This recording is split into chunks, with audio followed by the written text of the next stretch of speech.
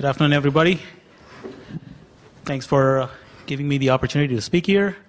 So what is GigZoo? We are looking at your professional brand being your future. So I'm going to give you a case study that you probably have seen every time. Hey, Kevin. Every time out there. This is Jane, and she spends about 600 hours every year doing networking, chatting with friends, likes, shares, and what she wants out of there, apart from the obvious fun aspect of it.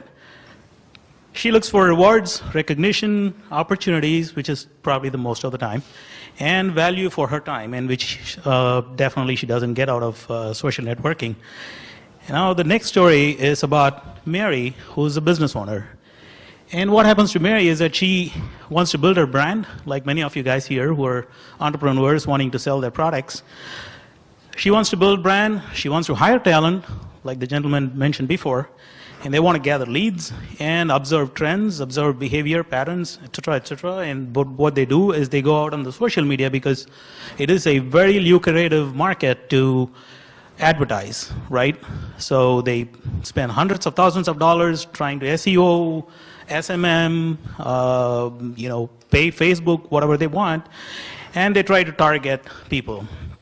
And what happens at the end of that is, has anybody done Facebook marketing here or Twitter marketing? If you wouldn't be here if your likes got converted into business. So what do we have? This is a social problem, and it's a very large problem, and it is going to be getting bigger. The networker time and content is not being valued or compensated. Businesses spend a lot of money, a lot of time, and a lot of energy spending their precious dollars on social media marketing and trying to find trends and trying to go into big data, trying to evaluate what's going on. And if any of you has tried hunting for resources, it is a very tough challenge out there. How do we fix it? So we connect Jane's brand. We make Jane into a brand, a professional brand, and we connect her to Mary, who is also a brand. So we make brand-to-brand networking, and that is what happens. So the gig economy, everybody knows that the gig economy is here. People talk about the gig economy, and what is the gig economy? I mean, it's about making your own professional skill work for you. And what is GigZoo? GigZoo does precisely that. It's a free social hub. It builds your professional brand right from the word go, and it monetizes your brand into business transactions. And we are building it on a analytics called as Gig Score, which is something like a credit score. And what it does is it combines social analytics, data intelligence, machine learning over a credibility matrix to give the user, the business, an opportunity to network with what they actually want and reward them for success. And that is exactly what we accomplish with GigZoo. So it rewards your brand. It's the first company that is going to be building your brand and rewarding it for you. And it's free for everybody. It works on an intelligent credibility matrix built over a multi-level referral reward management program. It's for any social networker out there, anybody who's out there trying to build their networking platform. So this is the Uberization of networking.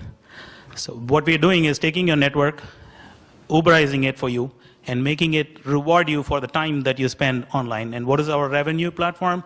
Everything is free.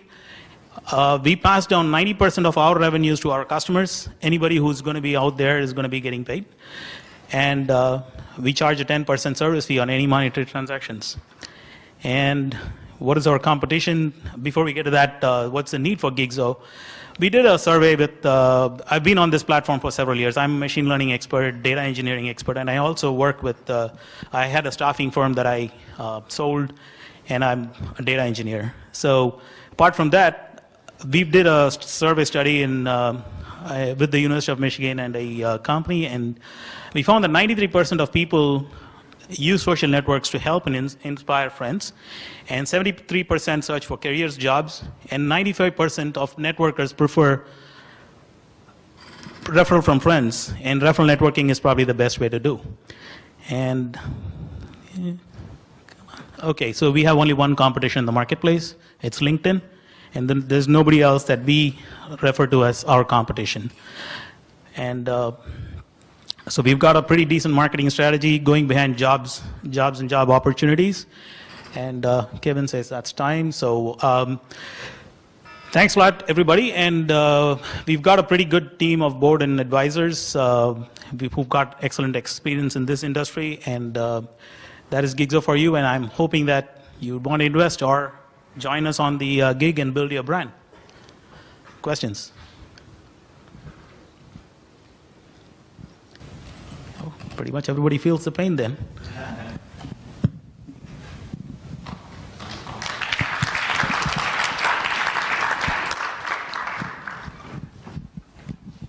Next is Hero App Co.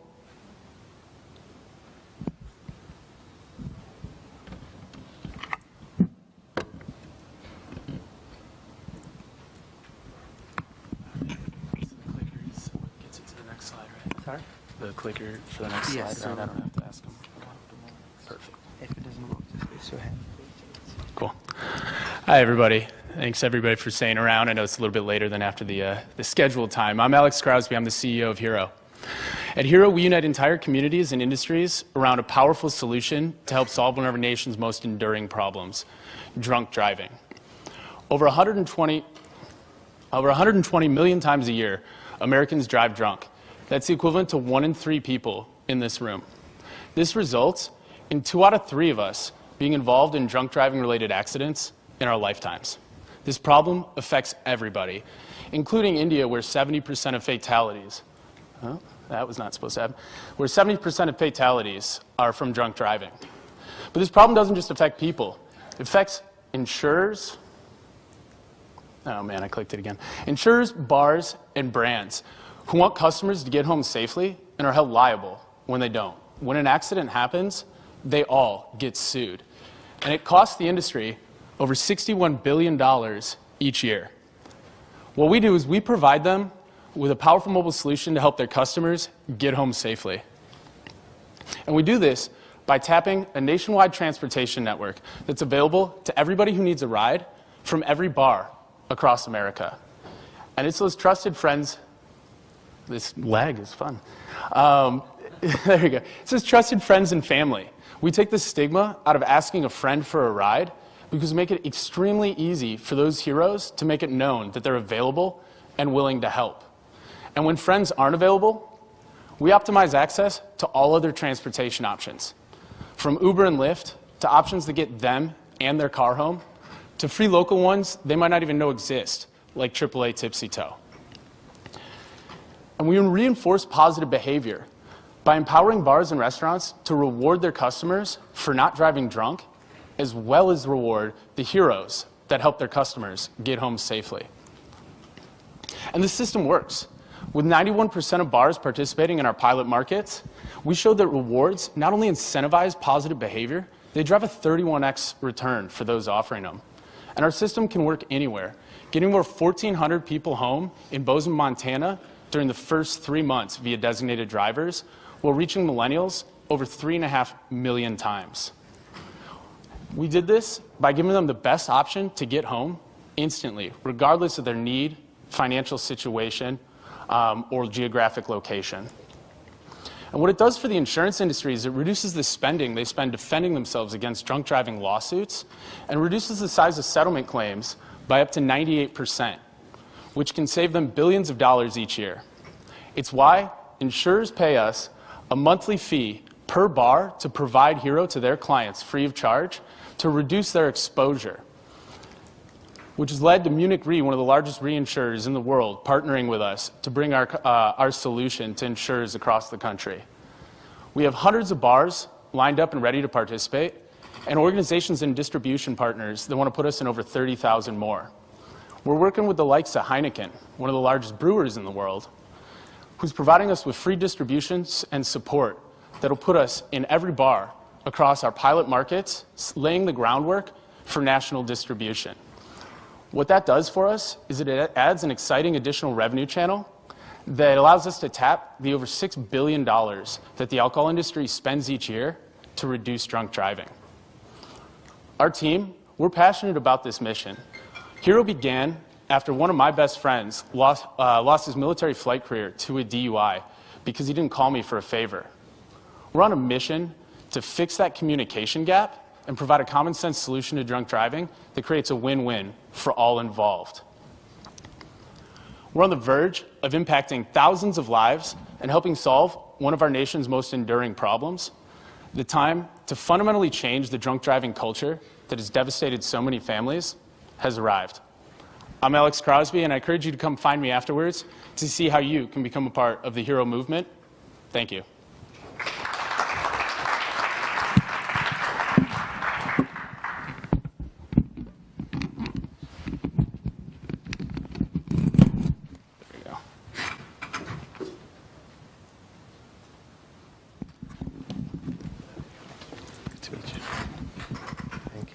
And going forward, you can press this one to move forward.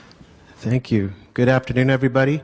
I got here this morning from Pittsburgh, and I have to share greetings from all of your friends at TiE Pittsburgh. Another shift or change that I had was 9 years ago when I left the NASA Johnson Space Center to go back to grad school. Took me from astronaut fitness in space to this area of driver fitness. I'd like to present to you navity. So when I started off this research, I was trying to identify where are the opportunities for safe driving. This was the new field in driver fitness that I was beginning to embark upon. So my personal problem was that the innovation is happening with the vehicles and the roads. And so I was kind of frustrated with an engineering background, thinking, how am I going to innovate in the space of driver safety technologies and education? So that being my problem, I now want to go to what our problem is when you have an imbalance in the systems and the capabilities for safe driving on our roads. The question is, what does our future hold in store for us when we're in this kind of an imbalance, where we're already talking about cars being better than humans as drivers? Today, we have teen drivers that are at high risk, as well as medically impaired and older drivers. When you talk about our teen drivers, the driving schools are incentivized to get them to a license as quickly and cheaply as possible. When you talk about our older drivers, families and professionals fear having that discussion of when you need to stop driving. So here's where my research takes off, and I have this recommendation for everyone. Pick a driving school that has a driverless car. So what I'm doing is I'm bringing the innovation from the vehicles into the opportunity to innovate with our driver education programs. It may sound kind of silly, but our solution is combining driver training with vehicle testing, because every time a driving instructor steps on the brake or grabs the steering wheel, they are in fact providing collision avoidance during the training phase of a new driver and in the assessment of an older driver who may be facing some medical issues. When you look at the test criteria is going to be the same. The question for the car or this client of this driving program is, were you about to crash? So provided that as this common platform and standard for vehicle testing and driver testing, if we can go to the next slide. This is our intellectual property with navity and the subject of my dissertation research. We can collect every time a driving instructor provides these forms of assistance related to how well you can independently control your vehicle and if you're making safe driving decisions. When we connect that to the data being collected from cars, we can use vehicle telematics, those plug-in devices in your personal car, and match that to the data that comes out of the driving school so you can screen your driving performance in your home vehicle. When we look at validation of collision avoidance, the testing of automated vehicles versus a driving evaluator is a really neat and compelling example, so we can stop talking about millions of miles testing to show that they're better than human drivers, and we can really say our state-of-the-art, our best people to evaluate driving performance will be evaluating our vehicles' automation. So I'm going to show a quick video of how this works. So without the audio, here you see the steering assist. how well that client is controlling that vehicle independently. The same is true with braking, where the evaluator... And here you have the braking assistance. And in this way, this is what I did with my dissertation study, and allows us to quantify driving evaluation and now synchronize this with the needs of the automotive industry to test their collision avoidance technologies. So if we can go to the next slide. In our competition landscape, we're not looking for the cost and convenience market, we're looking for the safety and capability market. We're off to the top right, where there's few people who can provide the services to address driver fitness. And we go to the next slide.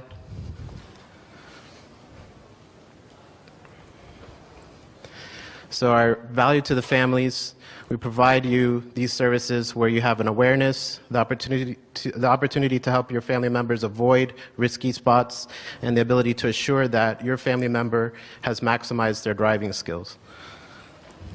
When we look at the automotive industry, we have, if you can help me get to the next slide, we greatly reduce the cost of vehicle testing.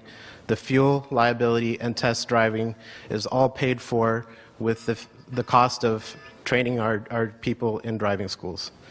So I'd like to thank you for this opportunity. Here's a look at the team, where we have a development partnership with the local firm in Pittsburgh for the software. And the lag in getting through these slides, I know my time is up. Just to look at our product roadmap with the business to consumer app up front, and then business to business, where we go to our second chapter of how we can help the automotive industry validate their technologies. Thank you very much.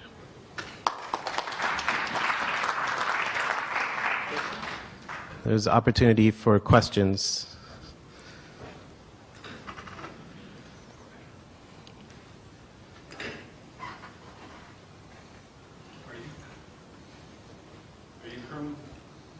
Are you currently doing business right now? Are you currently at revenue? We're currently pre-revenue, but we're kind of in a closed beta situation in the Pittsburgh market with the driving school that I was, or the driving evaluation program where my research took place, and with a couple local driving schools that are actively looking at ways to try this out with their group of driving evaluators. What do you need to actually do sales at this point to get to where you're able to produce revenue? So the good part is due to the way that our license agreement with University of Pittsburgh is set up, going after the software side, there's still some data collection that would need to take place before we could show that growth model with the software application. The technology we're currently not selling, so we don't incur the full annual maintenance fees and minimum revenue fees for the licensing model, but we're able to do business because the license agreement is completed and the patent would be issued by the end of the year. So what's your licensing agreement with, in terms of royalty for the University of Pittsburgh, and also how much does the university hold in Navity? The license agreement has no equity stake. They have a change of control fee. So when there is a major event, whether it's acquisition or any of those major events, merger or acquisition, then they would have a lump fee, and then the equity piece would be part of that consideration. Anything for Series A, Series B? We're currently still looking for seed. I feel for the vitality of the company, we want to go ahead and prove a little bit of the traction with the families. And at that point is where I have scheduled our Series A round. Thanks. Right. Thank you very much.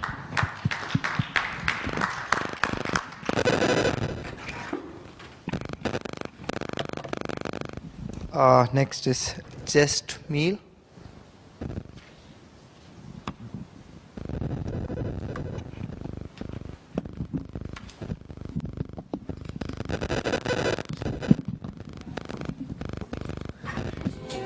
Well, I am a working professional.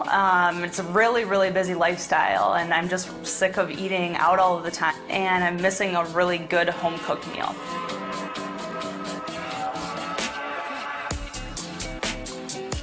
What I love about Zest is that they really bring a story behind all of the recipes, and anyone can submit one. One of my favorite categories is the childhood memories, because it really actually reminds me of my mom's homemade cooking.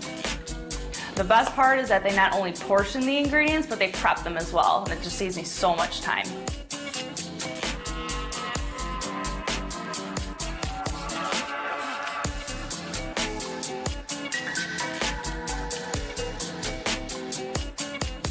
Zest has saved me time and made my life easier.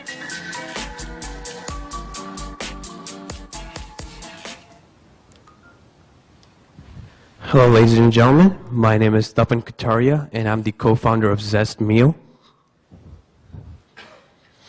And that's my cousin, Ridisha Rugani, who's the co-founder. She couldn't make it today due to a tight work schedule.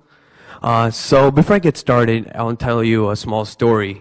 So in January of 2016, in Chicago, I decided to buy my cousin a meal kit service, which you guys may be familiar with.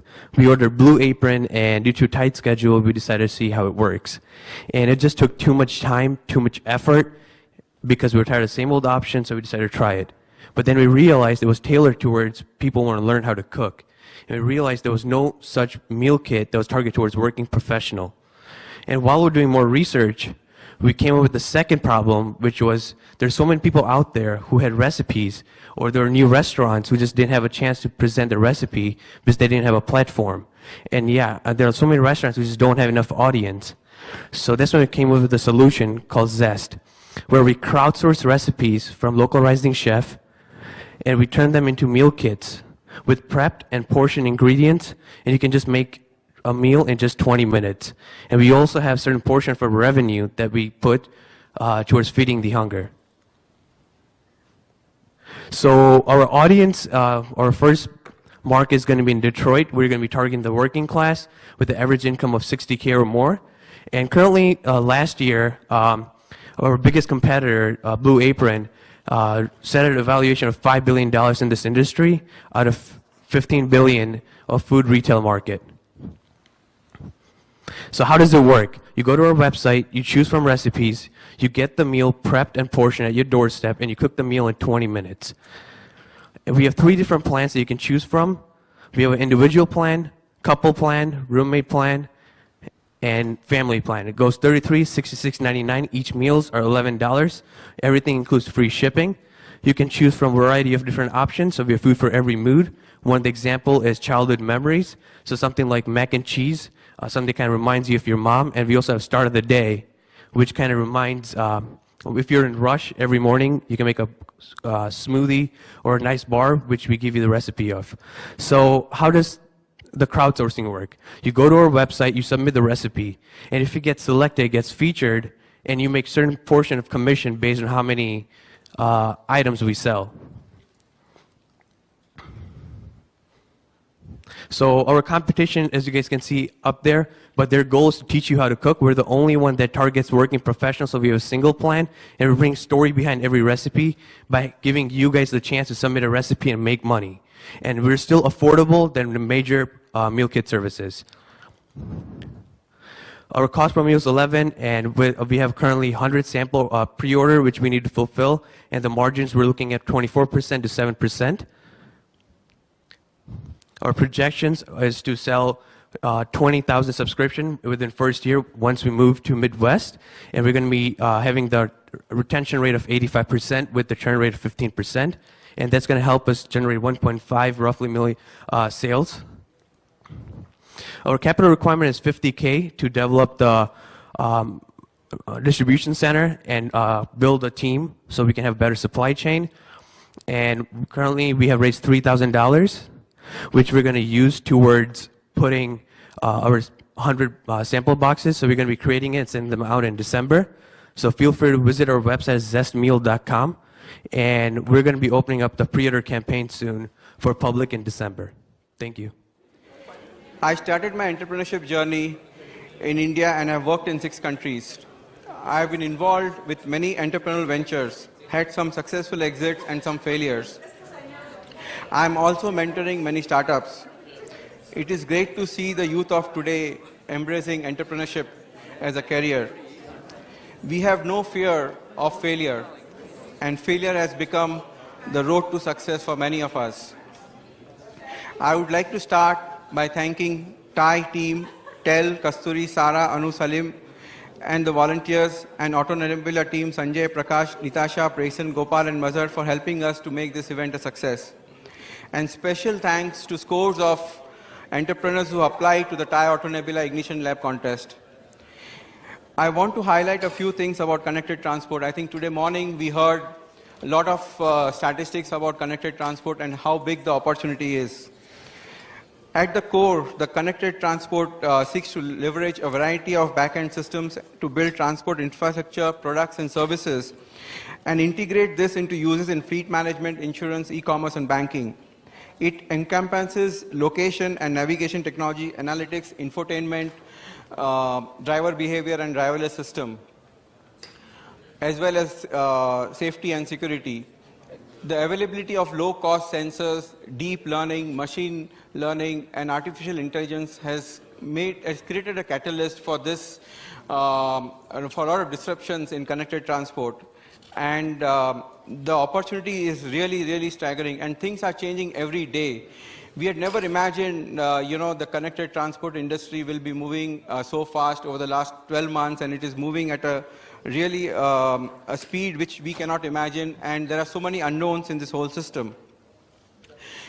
Today morning we heard from many panel members about the opportunity, and I would really like to share with you, if any of you have maybe seen Back to Future movie, and when Doc Brown tells Marty, where we are going, we don't need roads. And the time frame they had specified in the movie was somewhere in 2015-16, and here we are, all experiencing this disruption happening in the transportation industry. And we see so many things happening both in Detroit, Silicon Valley, and as we are looking at the applications, this disruption is not only happening in US but all over the world, and the disruption is happening very, very fast. We have come a long, long way, but we have really miles to cover. So just wanted to share with you the opportunity is close to $150 billion, which we are going to see. And this whole industry is, going to be led by new startups and new entrepreneurs in this space. Now let me come back onto the contest. TiE fosters entrepreneurship, and Autonebula fosters entrepreneurship in connected transport. The combination of both of this led to the creation of the competition, and for the first time we had contestants who had applied from really all over the world. I started this process about 3 months ago, and I was not sure that we would get so many applications at the beginning of the contest. As a startup founder feels about the future of his venture when he starts a company, I was worried, will we get enough applications? And when we are promoting it all over the world, I was surprised. I was really surprised. And this was an awakening for us that this disruption is happening not only in US but all over the world. So Autonebula Ignition Lab series identifies entrepreneurs and startups in connected transport space worldwide, and the purpose is to identify, nurture, and invest in the best and the brightest startups, and to produce products, applications, devices, and thought leadership to meet the connected transport objectives. The TiE Autonebula Ignition Lab contest received many applications, and great ones at that. A clear indication of how much work has been done and how much more is going to happen in this space.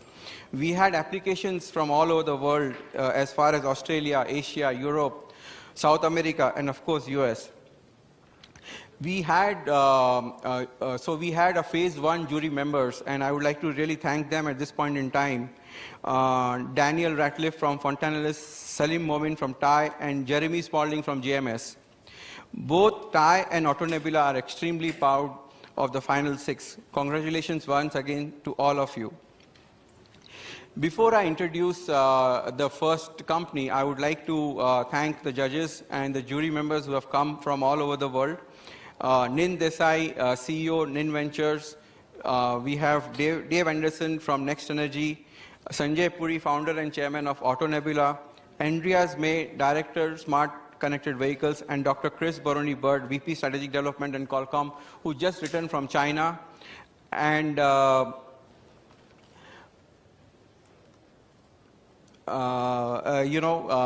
he just announced a big deal today. So congratulations to you.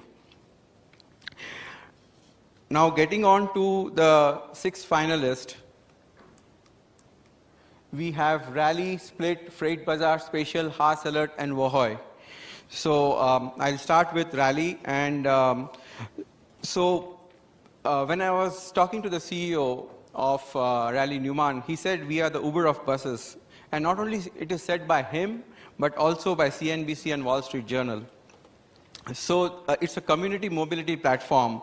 They're applying the business model innovation of the sharing economy to the bus industry. It creates outsourced, on-demand, pop-up mass transit solution.